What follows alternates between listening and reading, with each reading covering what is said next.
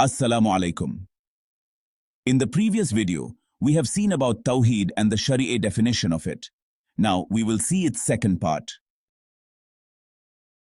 Categories of Tawhid. Once this is understood, it should be noted that the scholars have divided Tawhid into three categories as follows. Tawhid al-Rububiyyah, which is the oneness of divine lordship. Tawhid al-Uluhiyyah, the oneness of divinity.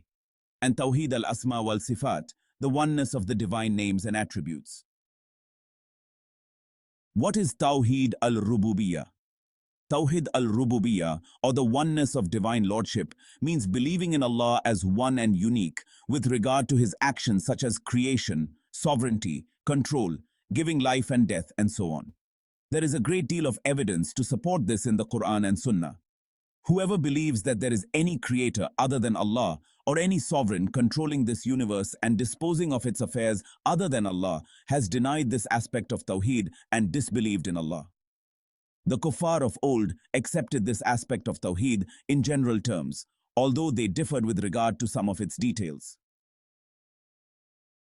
The evidence that they used to accept this is to be found in several verses of the Quran, such as the following. And if you were to ask them, who has created the heavens and the earth and subjected the sun and the moon?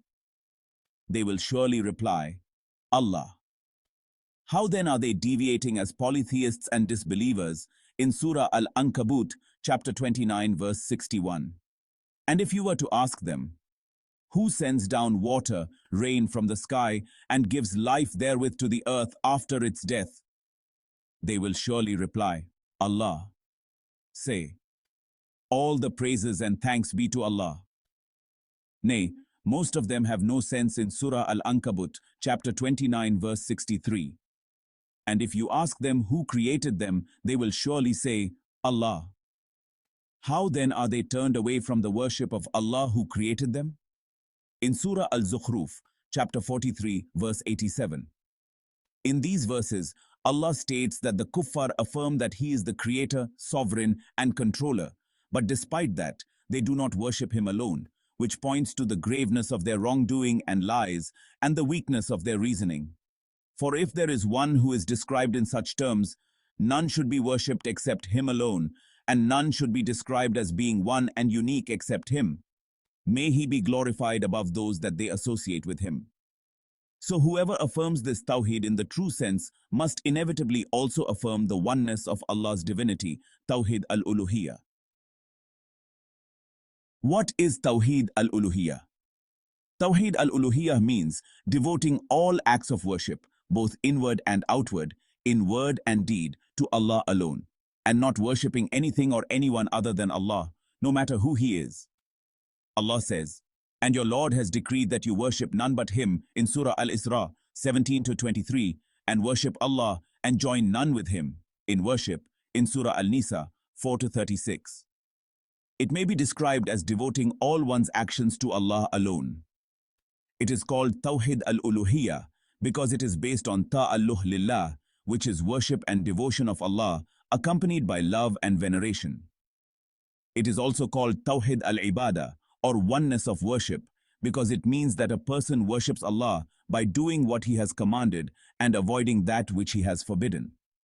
Additionally, it is called Tawhid al-Talab wal-Qasd wal-Irada, or oneness of goal, purpose, and will, because it means that a person does not seek anything except the face of Allah, so he worships Him sincerely. This is the kind of Tawhid concerning which people went astray, which is why the prophets were sent and the books were revealed.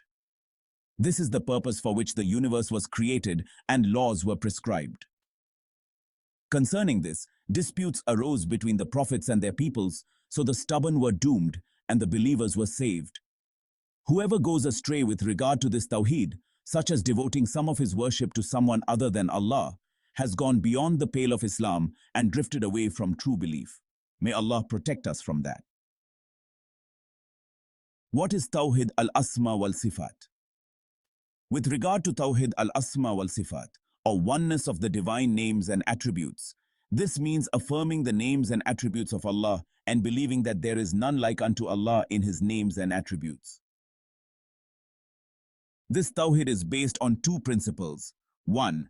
Affirmation, that is, affirming that which Allah has affirmed for himself in his book, or that his Prophet ﷺ has affirmed of his beautiful names and sublime attributes in a manner that suits the majesty and greatness of Allah, without distorting them, twisting their meanings, denying their reality, or discussing how they are. 2. Denial. Denying that Allah has any faults and denying any shortcomings that he has denied himself. The evidence for that is the words of Allah. There is nothing like him, and he is the all-hearer, the all-seer in Surah Al-Shura 42:11.